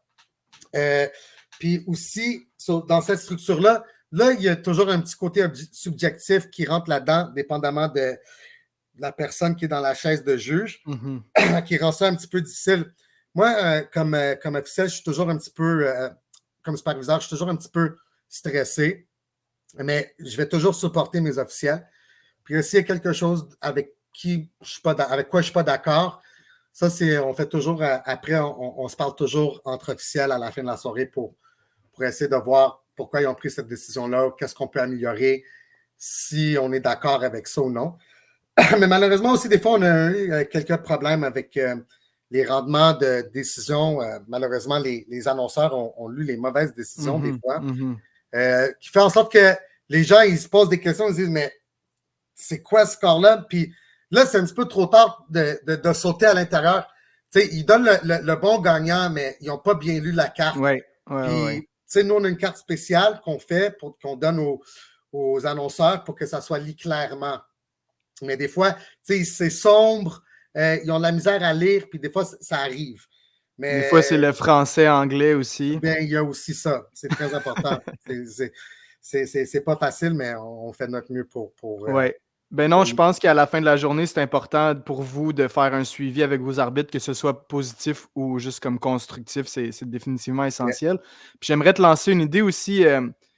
Depuis que je me suis fait voler ma job de commentateur à FTC, là, si jamais ça te tente d'avoir un juge invité, là, comme tu parles les commentateurs, des fois, il y a un côté que je suis d'accord avec toi, il y a des gars avec qui je commente les combats qui sont très abrasifs, mais je pense que c'est un peu leur Moi, je suis vraiment plus comme je suis le gars posé qui représente, mais que ce soit Conrad ou que ce soit Charles Jourdain, eux, c'est des gars c'est des combattants, ils ont de l'expérience. Fait que des fois, ils vont dire des affaires, c'est plus pour comme animer justement le chat, puis que ce soit bon ou pas, je pense que c'est leur travail, au final, c'est d'être divertissant. Moi, je suis peut-être plus le gars qu'il faut qu'il les ramène à l'ordre puis qu'il parle des règlements puis tout. Mais je serais très intéressé d'avoir des juges invités avec la fédération. Là, vous avez vos 3 juges, mais disons, là, on met une 4e chaise. Là, puis là, c'est soit moi, c'est soit Charles, c'est soit Conrad, c'est n'importe qui que tu veux qui vienne. Puis je juge le combat, puis vous ne prenez pas nécessairement ma carte en considération, mais tu peux me dire, ah Max, tu vois, j'aime ça, comment tu as jugé le combat, comment tu as vu le premier round, parce que je vois que tu ne l'as pas scoré comme mes juges à moi. Puis je pense que comme ça, on pourrait justement, tu sais, comme peut-être éduquer les commentateurs au niveau de... je serais ouvert à ça. J'aurais pas de problème, mais quand même, on essaie d'être une fédération assez accessible. On essaie vraiment de changer le modus operandi du passé. On pense qu'on fait un très bon travail avec ça actuellement aussi. Puis moi, ça serait un plaisir de t'avoir comme invité. Si tu es disponible au prochain FTC ou quoi que ce soit, ben, tu pourrais venir. Puis on va te donner une petite formation de juge. Et après, tu pourras faire ton mock judging avec nous. Puis tu pourras voir comment tu te compares aux autres juges. Mais je pense que tu serais très, très, très surpris de voir à quel point c'est pas aussi clair que les gens y pensent. Et chaque personne qui va te donner sa raison pourquoi ils ont scoré un combat de cette façon-là, ils vont te donner souvent des bonnes raisons, même si moi, je ne suis pas d'accord avec. Mais écoute, il n'y a personne plus critique de ma fédération. Ben, on est en conseil administratif, bien sûr, mais vu que c'est moi vraiment le visage de la fédération présentement, il n'y a personne plus critique que moi sur mes officiels. Et les gens, peut-être, ils ne le savent pas, mais je fais toujours des suivis, puis des fois, je ne suis pas aussi léger avec mes commentaires que je pourrais être. Mais je pense que c'est important de leur faire comprendre à quel point c'est un travail important qu'ils sont en train de faire. La visibilité de la fédération a augmenté exponentiellement dans les 2 dernières années. Là, on est streamé sur des pay-per-views sur YouTube. Tout le monde enregistre. FTC est connu, ils ont, je pense, 6 000 abonnés. Le kick de Anis il a été vu par 1 million de personnes. Mm-hmm. Alors, on est vu, là, on est visible et je continue à pousser mes officiels à faire de meilleur en meilleur travail. Et aussi, j'essaie d'apporter des gens qui veulent améliorer la fédération dans les meilleures façons possibles. Tu comprends? Puis c'est ça pour dire aussi, juste rapidement, c'est que quand j'apporte les gens pour faire leur formation, on ne les fait pas payer. Parce qu'ils dédient notre temps à notre formation, puis on trouve ça très important. Puis c'est pour ça que moi, j'essaie de briser le status quo ou du passé. Puis je pense que pour ça, pour une raison qu'on a explosé, on a plus que 20 officiels pour la fédération. Alors, puis quand les gens ils regardent les photos, ils voient leurs camarades dans les photos, ils voient leur coach dans les photos. Puis je pense que ça apporte un sens de communauté dans la fédération. 100%. Dave Morin de la WKFQ, en terminant, est-ce qu'il y a quelque chose que tu aimerais mentionner qu'on n'a pas touché là, durant le podcast? J'aimerais laisser savoir les gens de la communauté que, j'apprécie tous les commentaires qui nous apportent, que ce soit constructif ou critique. Et je pense qu'il y a plusieurs personnes qui peuvent te confirmer que j'ai toujours été à l'écoute de ces commentaires-là et que je les ai toujours pris au cœur, très sérieusement. Puis je pense que les gens peuvent voir une manifestation de l'écoute de ces commentaires-là dans non seulement la composition de la fédération, mais dans l'évolution de notre infrastructure et de notre façon d'opérer. Je suis très content que les gens ont décidé de supporter la fédération. On a fait notre mieux pour être une fédération quand même assez abordable pour les gens. La barrière d'entrée est quand même assez basse en termes de frais.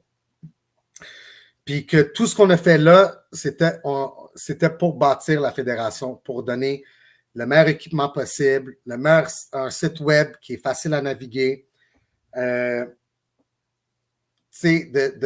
bâtir un système d'enregistrement qui est quand même très efficace,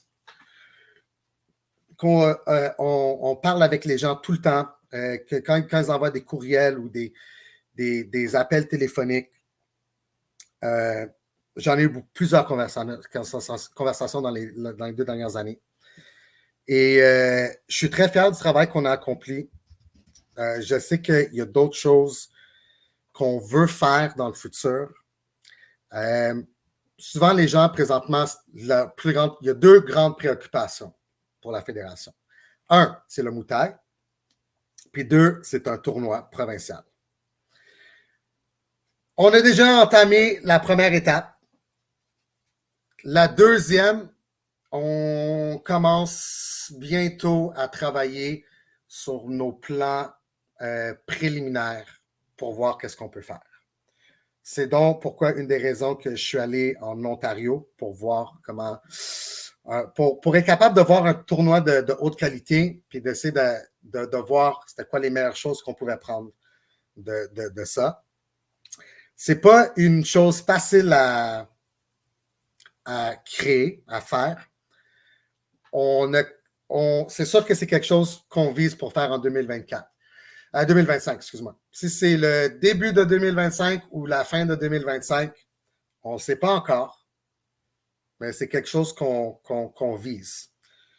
On sait que les gens ont besoin ils veulent un tournoi. Mais on veut leur donner un tournoi de haute qualité puis quelque chose de moderne aussi. Nous, on essaie de sortir de la vieille âge de juste du papier puis d'aller dans l'âge technologique. Donc, on utilise des codes QR pour les enregistrements, pour les liens de paiement pour les gens quand ils font leurs enregistrements. Tout est fait à travers le site web. On donne le plus d'options possible quand même. Payer à carte de crédit, argent comptant, whatever. Mais aussi pour le tournoi, on voudrait que ça soit quand même un tournoi qui utilise de la technologie moderne, qui va donner quand même un bon rendement puis qui va rendre le tournoi efficace. On essaie de trouver un bel emplacement pour ça. Et aussi, j'aimerais aussi parler. Alors, ça, on va essayer de le faire pour tout le monde. Puis c'est pour ça qu'on est en train de bâtir une grande équipe d'officiels. Parce que sans une grande équipe d'officiels, on ne pourra pas faire un tournoi d'envergure de qualité. C'est impossible. Mais là, je pense qu'on y arrive, puis on est prêt, puis on va avoir des gens de la communauté. Je pense que tout le monde va se sentir assez confortable avec qui va être là. OK? Puis, dernièrement aussi, vous avez touché brièvement sur la ceinture WKFQ sur le 514 là, avec Alec. Puis, j'aimerais quand même clarifier la situation pour les gens qui se battent pour la ceinture de fédération. Bien sûr. Nous, on considère que la ceinture de fédération, c'est la ceinture la plus difficile à acquérir dans toute la province du Québec. OK? Pourquoi? Parce que les gens qui vont compétitionner pour cette ceinture-là, OK, généralement, on avait établi 2 critères pour le faire. OK? Puis on est encore ouvert à... C'est encore les 2 critères principaux. OK? Premièrement, le critère primaire, c'est seulement 2 champions de promotion peuvent se battre pour le titre WKFQ. OK? Ou d'une organisation. Alors, pour la première fois qu'on avait mis la ceinture, c'était Anis, qui était le champion moins 147 du Québec Silvertooth, contre Isaïe Polanco, qui était le champion ISK. La deuxième fois, la deuxième fois qu'il était supposé avoir la ceinture, c'était Rabichan contre Anis. Alors, Anis était le champion. Était-tu le champion FTC? Non, il était juste le champion WKFQ. Alors, Anis était encore une fois, mais là, il avait techniquement gagné la ceinture de fédération à ce point-là. Puis Rabichan était le champion FTC dans ce temps-là. Ça marchait. Et pour le combat de Neil, Neil était le champion 147 international parce qu'il s'était battu contre Raeb Kabour de la Tunisie, Silvertooth. Il s'est battu contre Anis. OK? Là, le deuxième critère, c'était avoir un tournoi de 4 hommes classe A en une soirée pour le championnat. Phil a déjà fait ça pour sa ceinture à lui, qui est bien correct. Ça reste quand même un critère qui est disponible pour la ceinture de fédération. Ça bat 2 fois dans une soirée en classe A, on pense que ça mérite quand même le titre de fédération. Là, on a un petit problème au Québec. Le problème, c'est que on n'est pas saturé, mais les divisions les plus profondes pour la classe A, c'est moins 147 et moins 139. Quand on commence à monter à 156, 165 et qu'on descend à 132, 125, là, c'est un petit peu... il y a un manque de talent. Puis même si on apporte des gens d'autres provinces, c'est pas toujours clair. Alors, nous, on était ouverts à donner une chance à Zayn Christine et à Jared Allen de se battre pour la ceinture de fédération, même s'ils n'étaient pas des champions. Pourquoi? Parce que Jared a un record de 11-2.